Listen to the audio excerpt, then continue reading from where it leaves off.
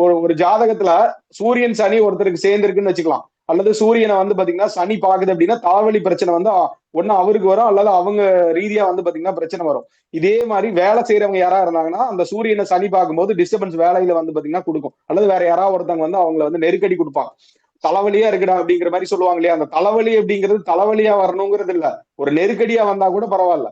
அப்ப அந்த மாதிரி இருந்துச்சுன்னா அதுக்கு என்ன, இந்த ஸ்ட்ரெஸ்ஸ போக்குறதுக்கு என்ன அப்படின்னு சொல்லி தெரிஞ்சுக்கணும். இல்லைங்க சார் உங்களுக்கு இந்த மாதிரி சனி பாக்குது சார், அதனால உங்களுக்கு இந்த பிரச்சனை தான் சார் இருக்கும் அப்படின்னு சொல்லி சொல்றதுக்கு அதுக்கு எதுக்கு ஜோதிடம்? அதுக்கு ஒரு தீர்வு அப்படிங்கறது கொடுக்கணுமா இல்லையா?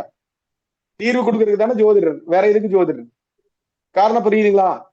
சனி சூரியனை பார்க்கும்போது கண்டிப்பா ஒரு பிரச்சனை கொடுக்குது. அதுக்கு என்ன, அது எதன் மூலியமா வருது, அந்த ஆழத்தை வந்து பாத்தீங்கன்னா தெரிஞ்சுக்கணும். தலைவலி போகிறதுக்கு நம்ம என்ன பண்ணணும் அப்படிங்கிற மாதிரி தெரிஞ்சிட்டோம்னா நிறைய விஷயங்கள் நம்ம பண்ண முடியும். எதிர்காலத்துல நிறைய பேருக்கு நம்ம கைட் பண்ண முடியும்.